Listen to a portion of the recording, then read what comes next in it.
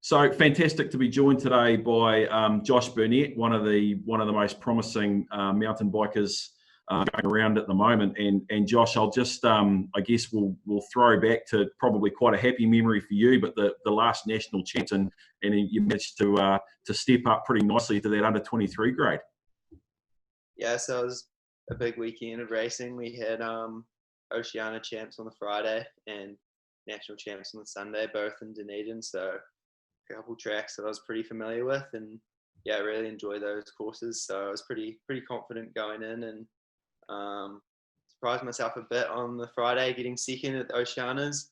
I was pretty close to winning, so I was actually pretty gutted about that one. But then yeah, on the Sunday, just much better and managed to get second to Anton and win the under 23 jersey again. And tell us, I guess, how that nationals race sort of panned out. Were you guys sort of dueling it out during the race?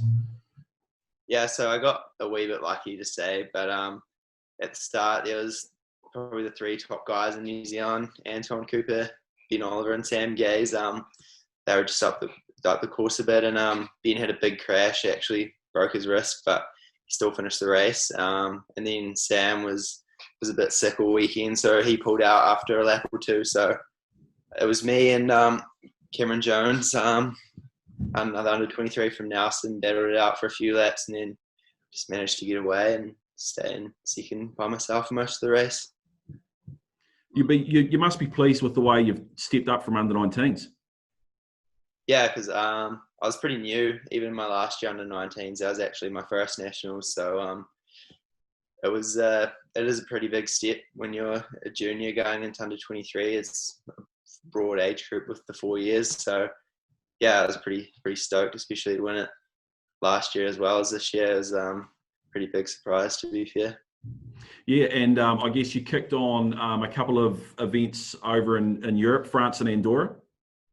Yeah, that was last year. So during the mid-year break, I went over there with Ben Oliver and a few Cycling New Zealand guys and did my first couple World Cups, and the results weren't there, obviously being pretty much the youngest person in the race, but it was pretty cool to get that experience of racing on a World Cup course with 120 guys. It's pretty crazy just to experience that, and there's a lot of things I learned from that and was hoping to build off this year, but yeah, it's going to have to wait a year. And what would be the key things that you'd take away from big events like that? I think that it's just completely different sort of style racing, especially when you're starting kind of near the back because you're one of the youngest, and there's so many riders. You take a drink and 5 guys will go past you because the level's just so high, even like in the middle of the field. So I think that you've just got to learn to be a bit aggressive, trying to get into like the single tracks and just obviously just be stronger. So they'll come, but just always got to work on that. And how do they seed the start lines for those big World Cup events? Is it sort of based on past results? Yeah, so it's like a point system that's based off every UCI race. So nationals and Oshis has points, and there's just a lot of UCI races in Europe, and we don't really have any in New Zealand outside of the continental and national champs. So it's always pretty hard to get points in New Zealand, and especially when you're a first under 23, you don't actually carry over any points. So pretty much always start at the back. So yeah, hopefully slowly move up the field with age, and hopefully get faster as well. Now I'm hearing good reports, and you obviously survived your first year law. It's a tough year, and you're into second year. How are you balancing your studies with your training?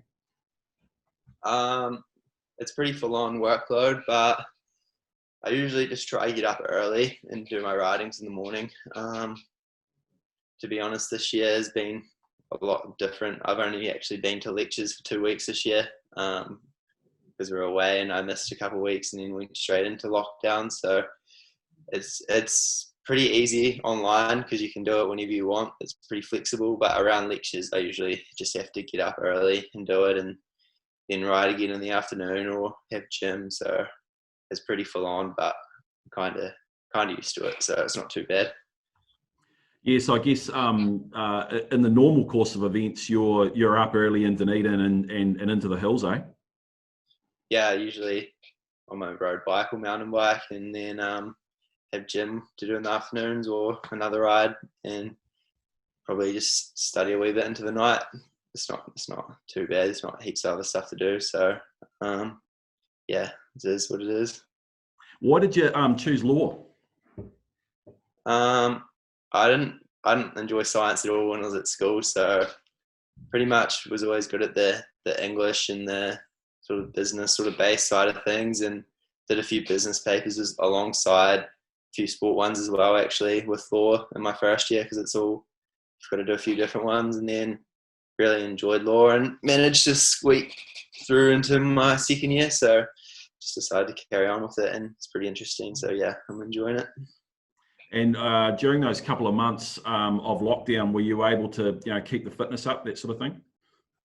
Yeah, to be honest, training didn't really change a whole lot for me, or even life didn't change drastically, just get up early, ride from my house. Obviously couldn't drive to any mountain bike trails, and my mountain bike was still stuck in my flat actually, so I didn't even have it here. So I was just riding on the road by myself, and then yeah, Zwift, I don't know if you've heard of that, was really popular over the lockdown, and everyone had group rides going, and there was races most nights as well, so it's actually probably harder to say no than just there's so many options compared to normal, so yeah, it was good. And you were overseas when things started to get serious, weren't you? Yeah, so with the National Performance Hub, we were in America for the first couple UCI races of the year, and we'd had the short track, which is just like a little bit of a warm-up race, and earlier in the week, and then the actual race the night before it, we're in bed, and then our manager comes in at 11:30 and says it's been cancelled, and then that was on the Saturday night, and then we came back to New Zealand on the Monday, so pretty quick turnaround, but we're happy to get home when we did. And you survived quarantine? Yeah, it was kind of awkward. I had to come home and just pretty much live in the lounge next door and not have too much contact with my family. So it's a bit of a weird experience, but yeah, I was still able to ride my bike, so I keep saying somehow. How have you coped, I guess, with, you obviously that would have, an exciting trip to the States, having to come home from that. Your schedule, I'm imagining, has been just completely thrown out of whack. You're not in Dunedin for studies, that sort of thing. Like, has that been hard mentally? Not really. I kind of just enjoy training as it is, and I think that I had a pretty good structure during lockdown and was working hard on and off the bike. So when I had a few things to focus on, I wasn't really worried about missing out on being in Dunedin or the races, because I know I'm still only in my second year under 23 really, so got a couple years to go, and in the big picture it's not too bad, and everyone's going through the same thing, so I can't really complain. That's great. That's a great message. I guess now that things are returning a little bit to normal, what does the future hold for you? Yeah, so they've kind of rescheduled the World Cups and the World Champs to later in the year. We haven't really heard if it's 100% going ahead yet, obviously. So that's all in Europe as well. So we'll have to wait and see what if the events are actually being held, and then what Cycling New Zealand's stances are on it is. And the World Champs are quite late as well. They're in October, which is way later than they usually are. So, and that's pretty close to my exams. So I'm not sure how that's going to go, especially if we have to self-isolate when we come back. So have to wait and see what Cycling New Zealand says, and work from there, I guess. You'll look to be to dominate the Gutbuster and Bannockburn Classic, that sort of thing again. Yeah, it's always good to do some summer racing as well. And there might be a few more events pop up with everyone being at home for a while, and do some road racing while I'm back as well. Awesome. Hey, well, thanks for joining us today, Josh. It's been really interesting to hear how things are going with you. Yeah, thanks for having me.